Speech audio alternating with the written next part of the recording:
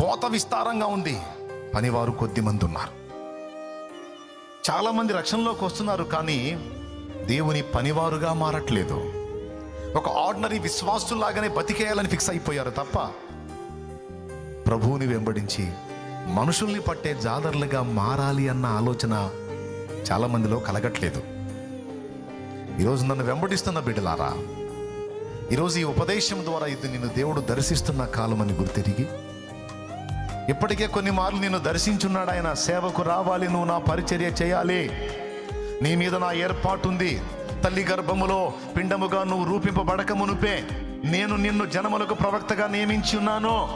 అప్పుడే నేను నిన్ను ఎరిగి తిని నా ప్రవక్తగా నిన్ను అభిషేకించున్నాను నేను అని నా తండ్రి నీతో ప్రవచనం ద్వారా మాట్లాడాడు, వాక్యం ద్వారా మాట్లాడాడు, ఉపదేశం ద్వారా మాట్లాడాడు. ఈ రోజు కూడా మళ్ళొక్కసారి నిన్ను దర్శిస్తున్నాడు ఆయన ఈ ఉపదేశం ద్వారా.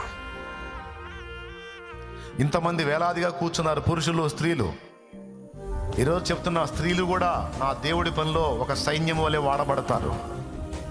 పురుషులు కూడా నా దేవుని పనిలో దేవుని జత పని వారే వర్ధిల్లుతారు, వాడబడతారు, వాడబడాలి.